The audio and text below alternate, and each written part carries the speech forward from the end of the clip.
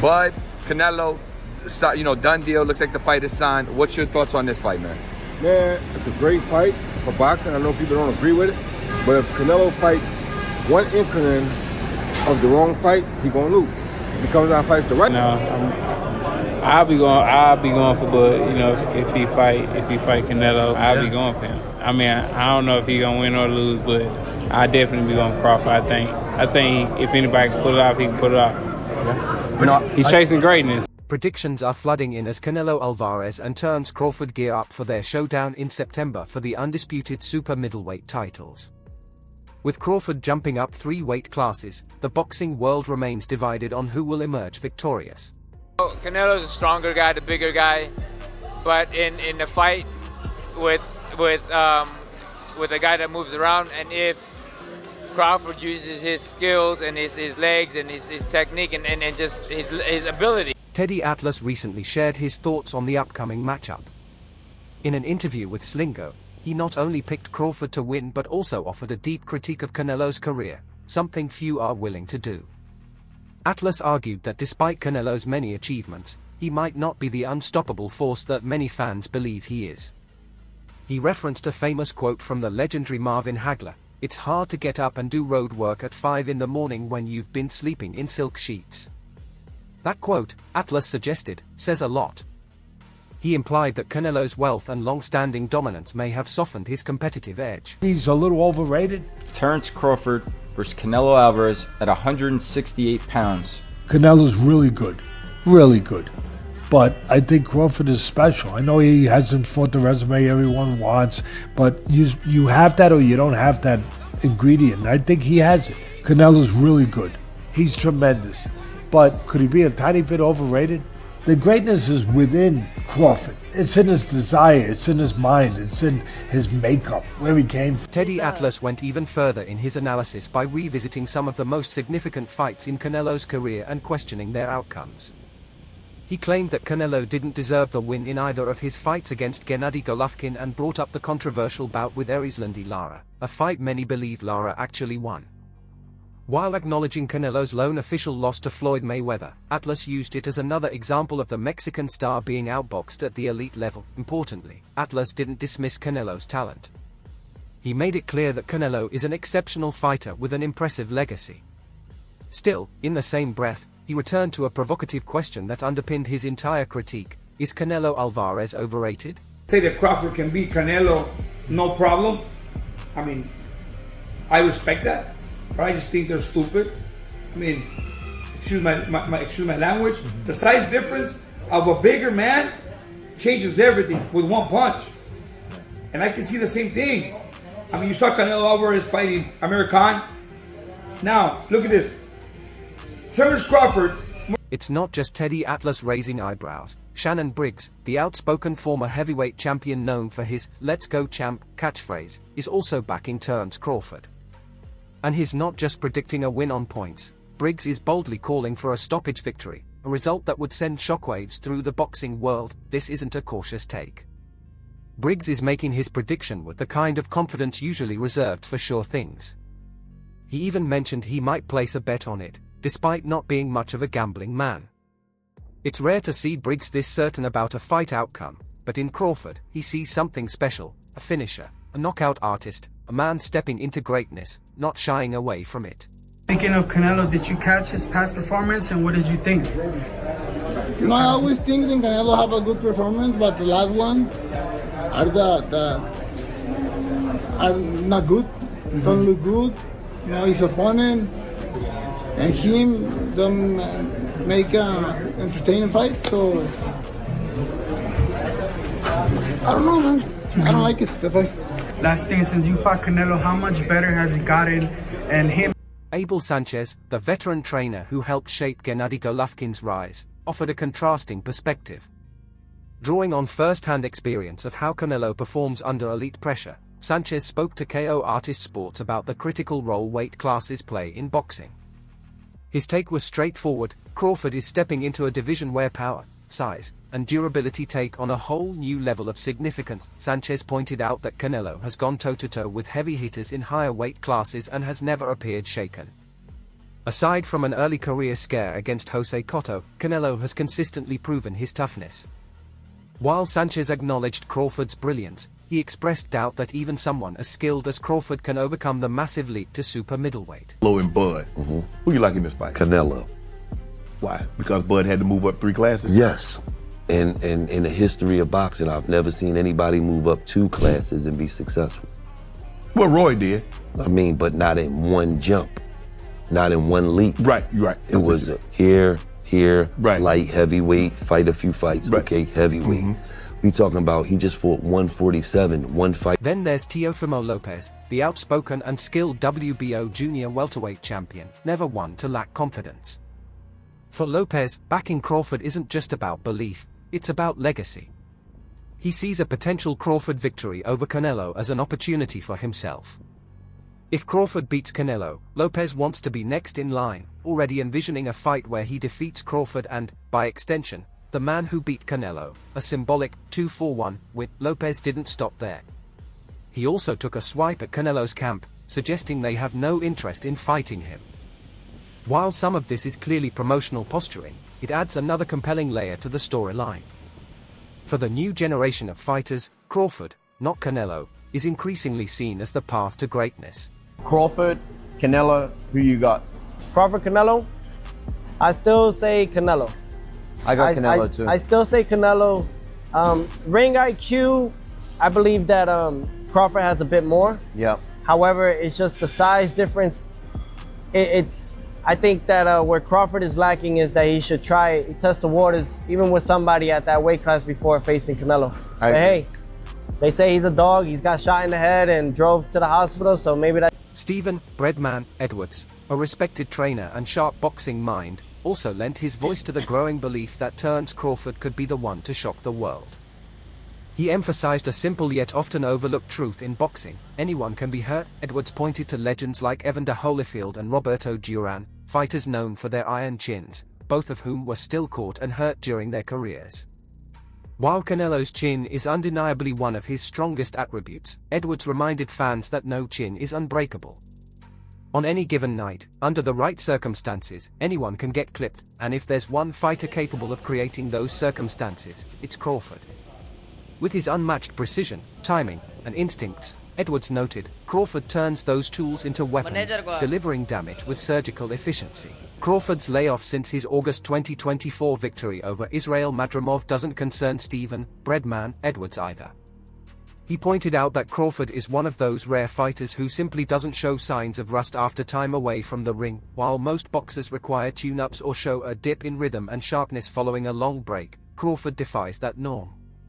According to Edwards, Crawford possesses a kind of internal clock, always ticking at the right moment, always in sync with the demands of the fight.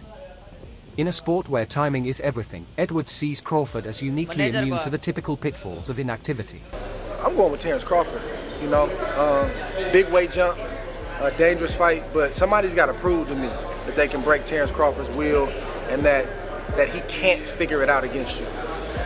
You know, it ain't no disrespect toward Canelo, but I've said this the last couple of years. I'm not betting against Terence Crawford against nobody right now. You got to show. Taken together, these predictions don't point to a clear consensus. They reveal a fascinating split in how the boxing world views this showdown. On one side is the belief that Canelo's physical strength, experience in higher weight classes, and proven durability will simply be too much for Crawford to handle. On the other side is the conviction that Crawford's versatility, ring IQ, and relentless hunger will be the deciding factors. Each perspective brings a unique lens to the matchup. Abel Sanchez underscores the significance of natural weight advantages. Shannon Briggs and Teddy Atlas focus on Crawford's momentum and desire, questioning whether Canelo still has the same fire. Teofimo Lopez views Crawford as the new gateway to greatness, not Canelo. Stephen Edwards highlights the truth that even the most durable fighters can be undone with the right punch at the right time. He's just moving, but his movement is good, to be honest. Yeah. What do you do when there's a fighter that comes to not win but last? You've just heard, we can hear now, Canelo has won the fight. What do you do when someone comes to last the distance and not try and win? What should do or what? Yeah, how does Canelo avoid this? Because it happened, he feels, against Berlanga, and 90%... The common thread running through most of these opinions is that Crawford isn't seen as the underdog, is viewed as the real threat. That says a lot. Despite being the smaller fighter and moving up 2 weight classes beyond his welterweight origins, many believe Crawford has the skills and tools to dethrone Canelo. This isn't the usual story in boxing. Normally, when a fighter jumps that far up in weight, the narrative focuses on survival or earning moral victories. But here, the conversation is about outright conquest. Crawford isn't being portrayed as a David hoping for a lucky shot, he's being cast as an apex predator, boldly invading a rival's territory with the clear goal of domination. Manny, what do you think about Canelo versus Crawford? Crawford's moving up like 20 pounds. What do you think? Good. Good for Canelo. Good for Canelo?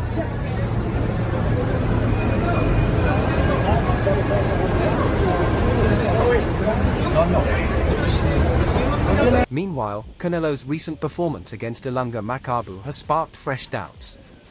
Although his unanimous decision win was never really in question, the fight lacked the fire and urgency fans have come to expect.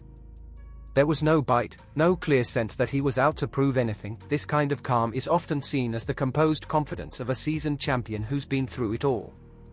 But Teddy Atlas and others suggest it might be something else: comfort, complacency, maybe even the beginning of decline. Canelo has been a professional for nearly 2 decades.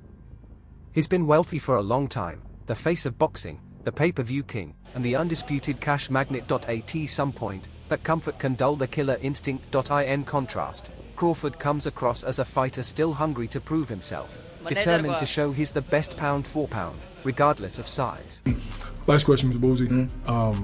Canelo Alvarez, William Skull. Right. Canelo landed, I think that broke the record for the most punches, well, the least punches thrown and the least punches landed in the 12-round fight. I think Canelo landed 55 punches. Right. William Skull used a lot of movement. People were calling it running. Same like a... You told me that Terence Crawford and Canelo was a 50-50 fight. You told me Terence Crawford had a chance. Right.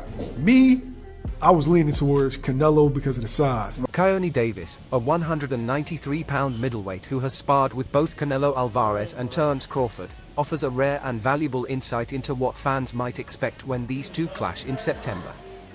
Having spent time in the ring with both fighters, Davis is impressed by Crawford's skill and adaptability but leans toward Canelo due to the enormous challenge of moving up so many weight classes. Davis praised Crawford's preparation and discipline but emphasized that Canelo is a natural at super middleweight. This isn't just about strategy or technique, he explained.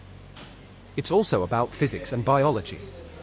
Fighters can prepare all they want, but when stepping into a division where opponents are naturally bigger and more accustomed to that weight, there's a physical edge that training alone can't erase. He described Canelo as someone who sits really well at 168, suggesting that comfort and fluidity at the weight will be crucial factors in deciding the fight. While Crawford's approach and commitment aren't in question, Davis reminded us that the challenge of moving up several weight classes is historic, and few fighters manage to overcome that kind of leap. With Crawford going up, I believe he can put a beating on anybody 154, 160. But not 68. Nah, Benavidez is... Canelo. Yeah. Oh, Canelo. I think he's a smart fighter. He doesn't rely on his power. Crawford ain't a fighter who just relies on his power. And then Canelo, you know, when he's fought Berlanga, then fought Ryder, Munguia.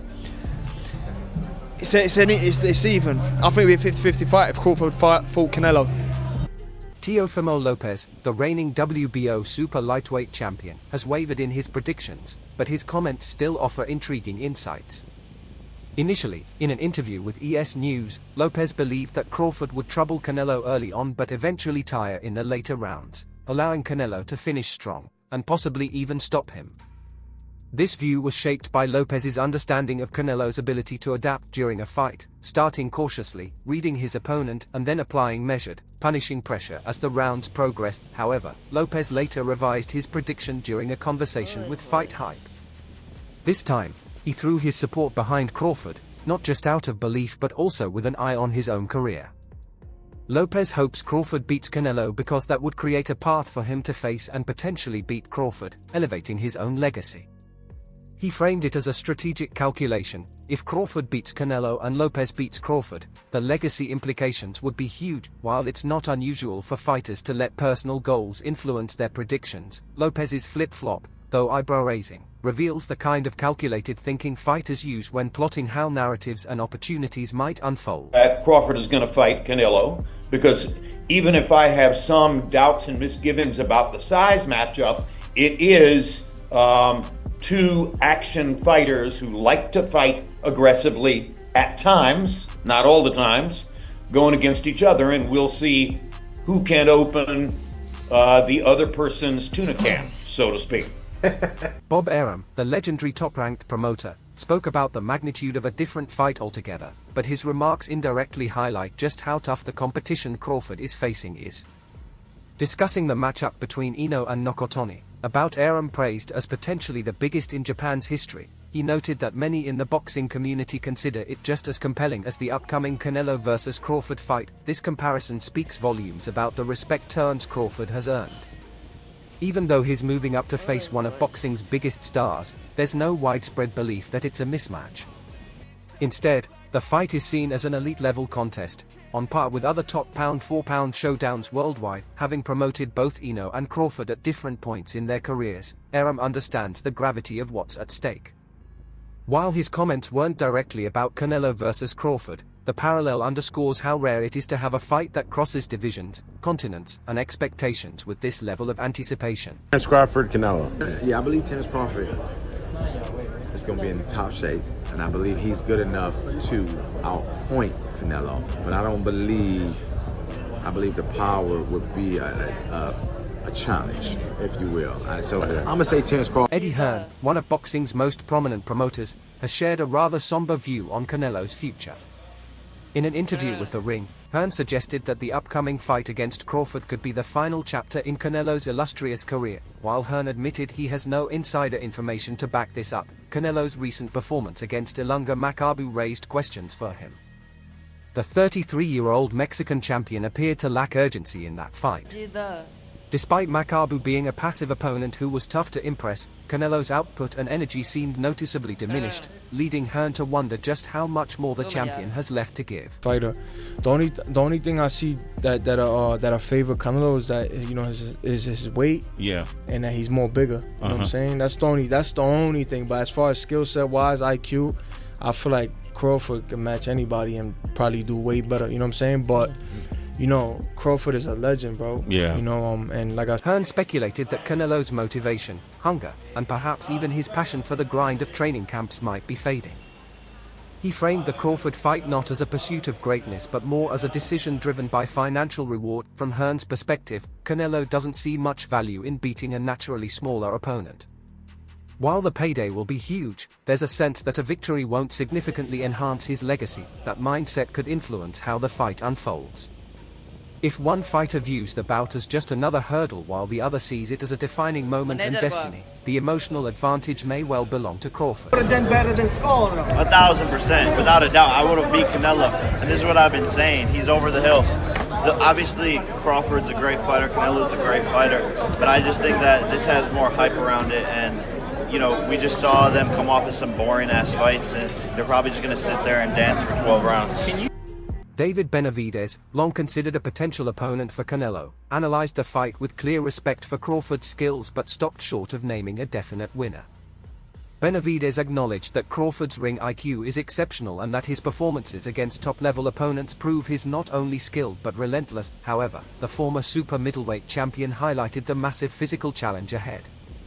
He noted that Crawford already looked slightly uncomfortable fighting at 154 pounds, and now, moving even higher in weight, he'll be facing an opponent whose strength and power are on a significantly greater level. Let me tell you what I think should be gone. The notion that Terence Bud Crawford should move up 3 weight classes, 21 pounds, to fight Canelo Alvarez. He's entirely too small. Jermell Charlo already proved that. Y'all remember that scene from Rocky? Canelo's durability and ability to absorb punches from heavy hitters are well established.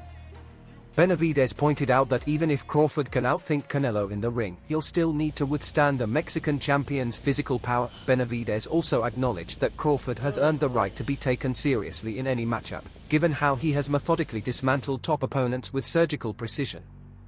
Yet, the fight remains uncertain because the significant weight jump changes the balance of strengths and weaknesses for both fighters, adding an unpredictable element to the showdown. The others say, like, no, that's 2 more weight classes. Like, once he gets touched by Canelo, it's going to be different. I am concerned about him absorbing a Canelo punch, especially through the course of 12 rounds. We do know this about Canelo. He's going to slow down, so I think if anything, Canelo would try to start fast and bang on him and break him down before he gets later. Shakur Stevenson, one of boxing's brightest young stars, made his stance crystal clear. He believes Terence Crawford will outclass Canelo Alvarez. As a slick southpaw himself, Stevenson tends to favor fighters who rely on skill, timing, and ring IQ over raw power. In Crawford, he sees the complete package. When asked about the weight difference, Stevenson dismissed its significance. He pointed out that while David Benavidez is genuinely much bigger than Crawford and would present a size challenge, Canelo, though solidly built, is not much taller and doesn't have the length to naturally overpower Crawford. Stevenson argued that the size gap is being exaggerated and that many overlook the fact that Canelo isn't a towering super middleweight. For him, Crawford's versatility, discipline, and ability to adapt in the ring outweigh any physical disadvantages. His conviction was unwavering, a full-throated endorsement of the underdog. I feel I got the speed over Canelo. I got the reach over him. He might got the size, the power. I got the better skills, boxing skills. Would it be more of a cat and mouse? The reality is Canelo does put people out. From Kirkland to Amir Khan to just... Don't do obviously, I'm just saying, man. No, but he's not Kovalev. Kovalev was older. In addition to his own views, Stevenson shared an interesting conversation he had with Boosie Ennis, father of Jaron Ennis. According to Stevenson, Boosie believes Crawford has the potential to stop Canelo. While this might sound surprising given Canelo's legendary chin and toughness, Stevenson said it's not outside the realm of possibility. If Canelo underestimates Crawford's power or assumes, as some do, that Crawford can't carry his power up through the weight classes, he could be in for a shock. Stevenson reminded fans that anyone can be hurt on the right night. Even fighters with famously iron chins like Evander Holyfield and Roberto Duran have been knocked down or stopped, proving that no chin is truly invincible. Alvarez thinks you're not a 54-pounder. In other words, you say, nah, he's too small. That's his take. There's a reason why Israel was so respectful in the fight. Anytime I let my hands go, he would grab me or move. For the bigger guy, you should have been walking me down. You should have been bullying me. Canelo can say, what do you say? He just doesn't feel like you're a 54-pounder. He believes that you're a real weight class. And a real weight class. Crawford's knockout of Errol Spence served as a stark reminder of just how dangerous he can be when he figures out his opponent. If Canelo underestimates that threat or gets reckless, he could end up on the receiving end of something sharp and decisive. So, how do you see it ending? Share your thoughts below, and don't forget to subscribe for more updates. There's no Triple G on Bud's resume. There's no Trout on Bud's resume. There's no Daniel Jacobs on Bud's resume. Canelo is the one that's fought the elite level opposition. It's Canelo that fought Laura. There is no Laura on Bud's resume. There is no Laura on Bud's resume. Bud has never faced a multiple division